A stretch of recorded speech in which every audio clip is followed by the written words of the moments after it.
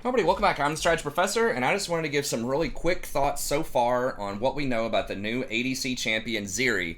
So, as always, if you enjoy the content, please be sure to like and subscribe. It really helps out a ton on the channel. Be sure to check out my stream on Twitch now, and that's from around 11:30 p.m. Eastern Standard Time, usually going until about 2:30 a.m. Eastern Standard Time. It's a very friendly, chill community. We'd love to have you. So, we're still making videos on YouTube, but we're only streaming on Twitch now as far as the live content. So be sure to follow on Twitch, like and subscribe on YouTube. And we're also on Twitter if you want to follow there as well. I don't release any posts that aren't related to the channel. So no politics, no funny cat pictures, no food pics or anything like that. It's just extra announcements if you want that, just in case YouTube or Twitch doesn't give you the announcements. Twitter's just that extra layer of announcements if you want that.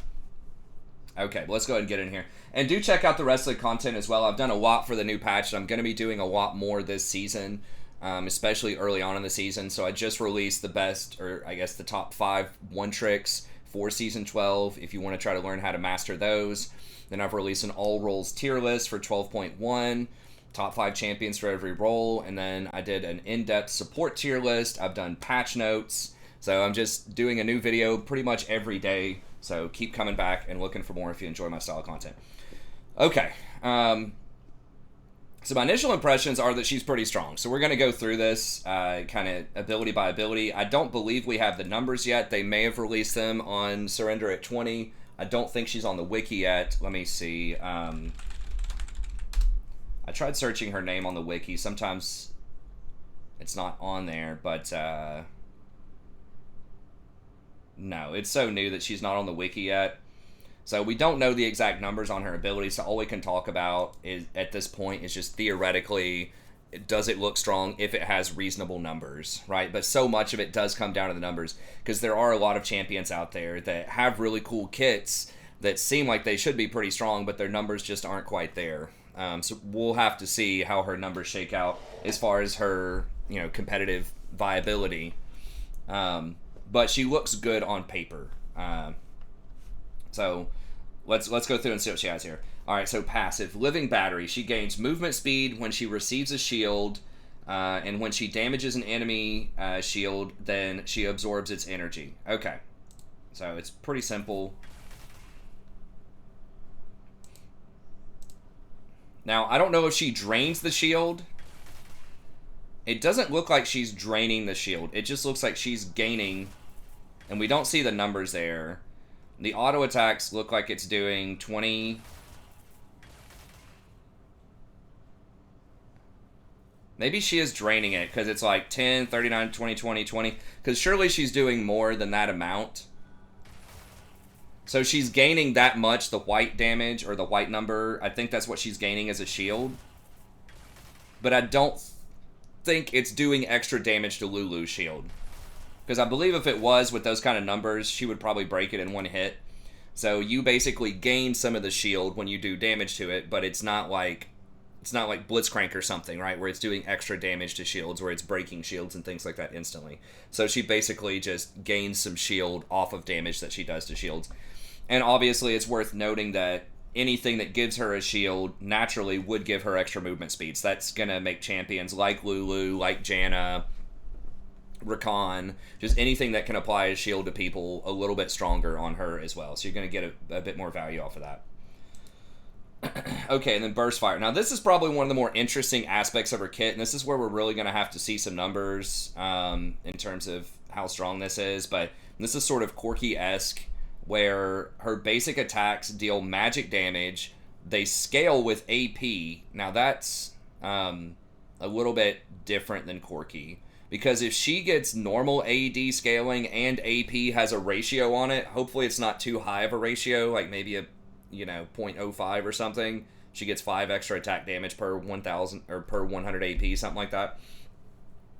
Then this has the potential to be extremely strong. And I think that it's difficult to design around this, because you always have to be very careful, because it could encroach on AP items, right? So like if Nashor's Tooth, for example, is extremely strong on her, which it seems like it might be with this kit, right? Because she has procs based on her attack speed. She does on-hit damage, and it gives a lot of AP. And so that item is really, really good on a very small set of champions out there because it's so niche.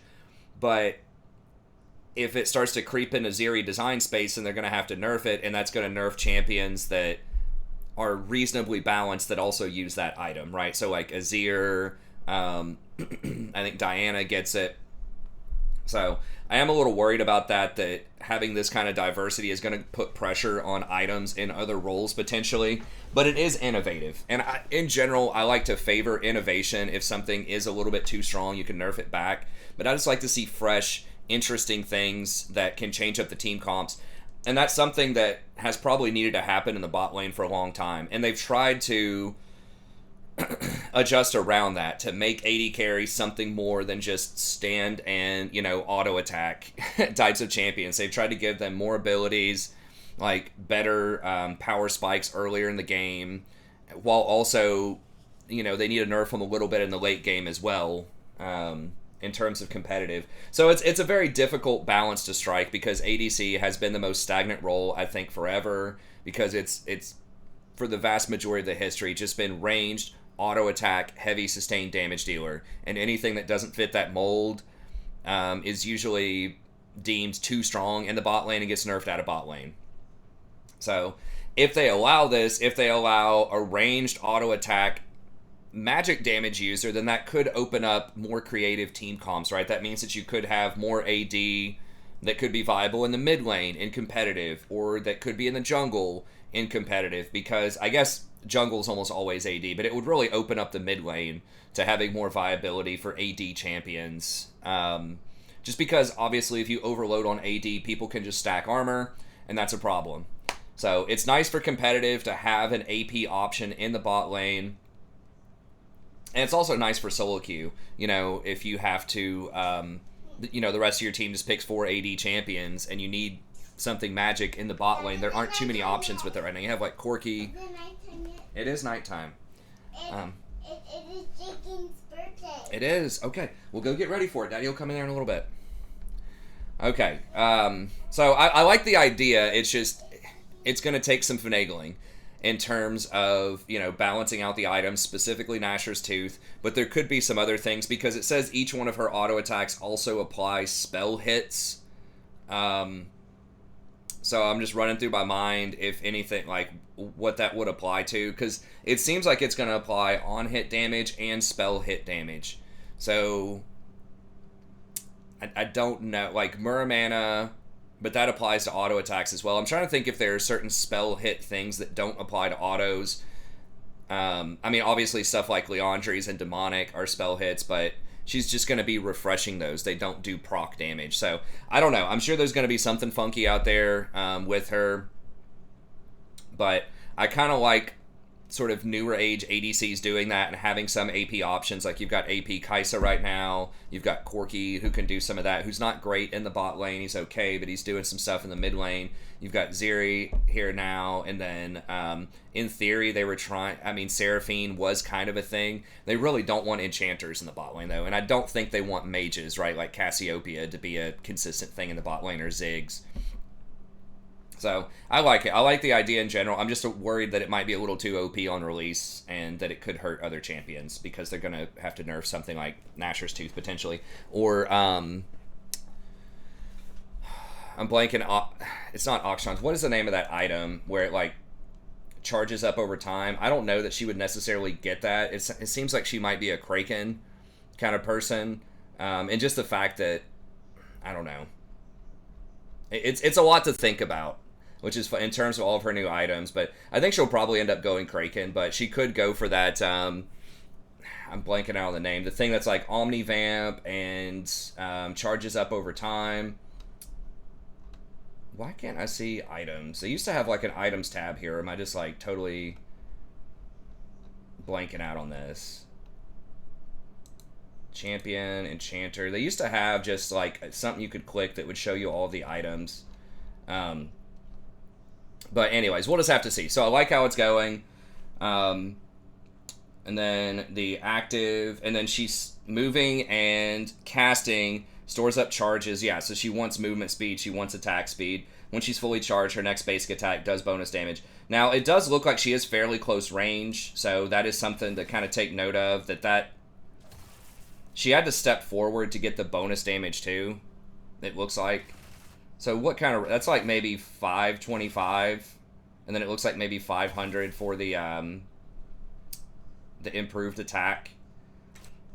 So, I mean, Kaisa makes it happen with that low of range, but it has hurt Lucian a lot over time that he's 500, so every 25 increments around there really does make a big difference in how well you can interact in team fights. Okay, so Burst Fires shoot 7 rounds that deal physical damage to the first enemy hit. Now, I don't really like the blended damage thing so much. It makes it so hard to itemize against her. But it does physical damage to the first enemy hit. Burst Fire scales with AD and is treated like an attack, with the first round applying on-hit effects. And they don't show you the active. Yeah, because so passive is just magic damage, AP scaling, and then she gets this bonus attack, which is also part of the passive. And then you have an active that shoots more shots and does AD and applies 1 round of on-hit effects. And we don't know the range on any of these things either. So that could be a longer range thing, like a Jinx Zap type of thing, something like that. Speaking of Jinx Zap, I guess this is probably closer to Jinx's Zap. Fires an electric pulse that deals damage and slows somebody. And if the pulse hits a wall, then it turns into like a Lux laser, it looks like. It doesn't say that it does extra damage. It just says it gets extra range and presumably a much larger hitbox, is what it looks like. Although it is interesting to note that it has an extra delay. So you have the normal fire, and then there's like an extra half a second delay on the wall ones. So you get a little bit more time to react if you're the enemy, but that's still pretty fast. And I don't know how far that goes. It looks pretty far, though, because it looks like it goes at least through the tri-bush, if not further, so it's hard to tell, but that looks like it's at least 1,000 to 1,500 range, so maybe like a Jhin type of range. Jin's is like 2,000, 3,000. Jin's is really far. So we'll see. I mean, I guess that's cool. She's interacting around walls. Now, it says wall. Does that? I wonder if that includes any terrain, like a Trundle Pillar or something, or an Anivia wall, you know, or like a Jarvan ultimate. You know, does it mean terrain? Because if it can fire through any terrain like that, that could make her, that could set up some really nasty combos, especially with something like a Jarvan, where you could just hit everyone in Jarvan's little thing that he dunks. So, that's interesting. Cool ability. Spark Surge. So she dashes a short distance and energizes her next 3 casts. I don't know if that's too loud for you guys or what. Hopefully it's not too loud. But she dashes a short distance, and her next 3 shots basically are piercing shots, but she still looks like she's pretty close range, so it's like Twitch, sort of, but how far is that? So she just dashes forward for fun. She could have still hit him, I think, even if she didn't dash forward there. It doesn't say it gets extra range going through people. That's looking further, though. That's looking like 550 or 600, I don't know. Right, like that's pretty far. Causing them to pierce through enemies, she will vault or grind over terrain. She dashes too. And then, as you auto-attack people more, then you're also going to be able to use the dash or jump over terrain more. Okay, and she can't do it anytime like Talon. She has to have the cooldown up and use her W to jump into a wall. So that's kind of cool. You know people are going to be jumping forward to die so much of the time. That's one problem that I had with her trailer, was she's going in making these hero plays. I'm like, dude, please don't encourage that in silver and gold. Like, trying to run in and, you know, 1v2, 1v3. It's like, I know that's fun for the video, but it's not fun for trying to win games when your teammates are doing that. Anyways, so yeah, again, she wants really fast attack speed. This has Nashor's Tooth written all over it. In my opinion, she's going to be Nashor's, and then it'd probably be like Kraken Nashor's is what I'm seeing in her build path. It seems like it'd be a really strong ability. And then I don't know what she'd get after that. Maybe it might just depend on what she needs. Presumably something like... I mean, she's not getting crit if she's getting Nashor's, though, so you do lose some value on stuff like Phantom Dancer and things of that nature. And because they're spell hits, I assume they can crit, but I don't know 100% if they could crit. I guess it kind of depends on her ratios, too. She might just go for, just a full-on AP, type of setup. I'm not sure. But Nashor's definitely. And then Kraken, if she has that kind of attack speed, and if, her attacks still scale off of normal AD, which I assume they probably do, and then Kraken seems like a good fit, too. But we'll see. Okay, so she can do that more often, so it's kind of like Lucian. You just attack a lot, you get your mobility back, except, she gets a little bit of piercing damage. Okay, and then her passive here, we don't want this to be too long, but... Okay, she gets extra movement speed and extra attack speed. The thing that kind of worries me here... Okay, so let's just read it first. Zeri discharges a nova of electricity, damaging nearby enemies, and overcharges herself for a moderate duration. Okay, so she does some AoE damage. Presumably that might be able to take a shield. Is her passive, is that just auto attacks? She damages an enemy shield, she absorbs it. Okay, so it doesn't have to be auto attacks. It could be any of her abilities damaging a shield.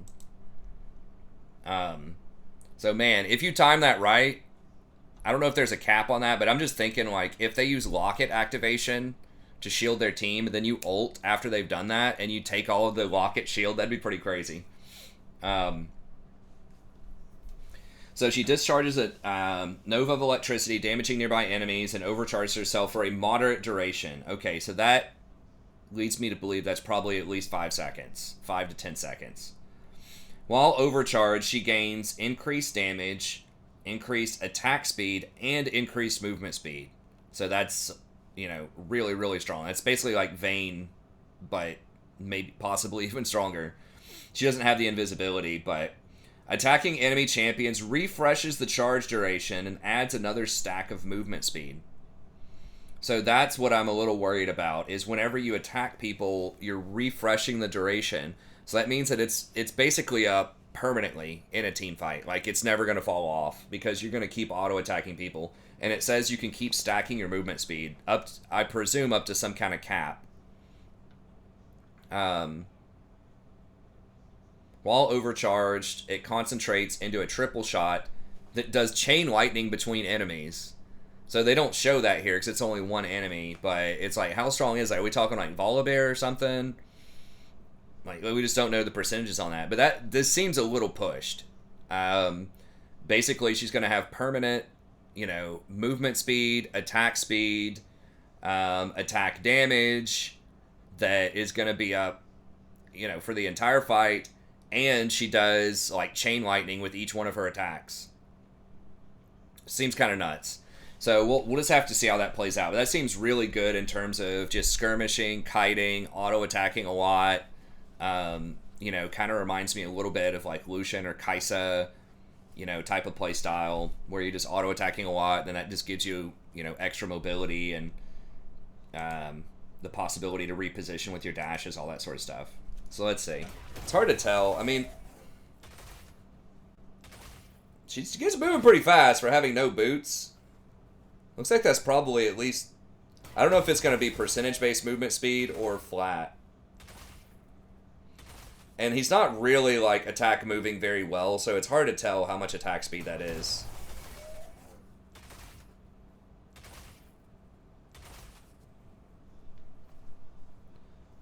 Let me see the attack range again. Yeah, I mean, it feels like 500 or 525 normal attack range to me. So that's dangerous. Like, Lucian has a really strong kit, but it's just his attack range is so small that, he can get into trouble late game, and he doesn't have any AoE damage. She does have AoE damage with the chain lightning on her ult, so we'll just have to see. So overall, my verdict is cool champion. I like the idea, just someone who can skirmish a little bit more. Someone who... I don't know about the anti-shield stuff. It's like, just nerf shields. Like, quit making champions that are specifically anti-shield and just nerf shields. And then buff items. Or just buff something else on Janna or Lulu. Like, nerf Sterix. If you need to nerf Janna or Lulu, whatever, do that. And then, rebalance somewhere else. instead of making all these cute anti-shield things, right? Because they tried to make Blitzcrank anti-shield, and then they made like some anti-shielding items that were kind of a flop. So I don't know. Or better yet, just make shields not scale with armor or magic resist. I've been saying this for years. Like most games, if you have a shield, it doesn't affect like armor and magic resistances or the equivalencies, don't affect the shield. It's just a flat amount. To just have everything do true damage to shields. That's a great place to start balancing, because part of what makes shields so strong is if you give somebody a 200 shield and they have 100 armor, if you're trying to break that shield, you have to actually do 400 damage to break the shield, because the armor is going to reduce it by 50% coming in. So if you just made it to where everything did true damage to shields, then they would not be as obnoxious with scaling with a lot of the armor and magic resist champions. So it would be good to protect people temporarily, but it would take away some of the craziest scenarios where you have, Janna shielding a Sejuani with 300 armor or something like that. So I think that's the way I would do it. It's just everything does true damage to shields, and then just rebalance it somewhere else. Like buff something else with Lulu, buff something else with Janna, maybe lower her cooldowns, get rid of the decay, something like that. Just make it just everything do true damage. Because I think having a small shield on a squishy target is not necessarily a bad idea. I think it gives them some nice survivability. It's an answer to Grievous Wounds, sort of, and it's an on-demand, just instant good amount of damage prevention, versus healing is permanent, right? So healing should be used against sustain, and just to win attrition types of fight. Healing makes more sense there. I think shielding tactically should be something that gives you a very temporary burst of survivability in certain situations. So I think that's how they need to be rethinking healing and shielding to some extent. But right now, the shields are just way too big, right? You've got Steric Shield, you have Shield Bow, you have champions like Set, which get just insanely large shields. You have all the plus healing and shielding items like Moonstone and Mikhail's giving a combined plus 55% plus healing and shielding. Maybe that's another thing they could do, is just tap down the amount of things that modify shields to some extent. So, maybe they only benefit at a 50% rate from plus healing and shielding or something like that, just so that you can't get those, 800 shields. So, I don't know. But anyways, kind of going off on a tangent there. But she is good against shielding champions. There is a lot of shielding out there. And she's good with shielding champions because she gets the bonus movement speed. So, anyways, cool champ overall. We're going to have to see the numbers. Nashor's Tooth looks like it's going to be extremely powerful on her. We'll have to see what the rest of her kit would be. There aren't that many other attack speed items for these types of champs. Obviously, something like Muramana might be really good on her with how fast she attacks. We don't know her mana cost yet either. But we'll just have to see. Kraken looks like it would be good if you're attacking a lot. If you have a lot of attack speed, which it looks like she does, obviously the true damage is going to be good. Although she may not benefit as much from crit, but we'll have to see. Anyways, that's going to be it. Thank you very much. Let me know what you think in the comments. Come by, check out the stream. Starts around 11:30 p.m. Eastern Standard Time, and I'll see you next time. Have a good day.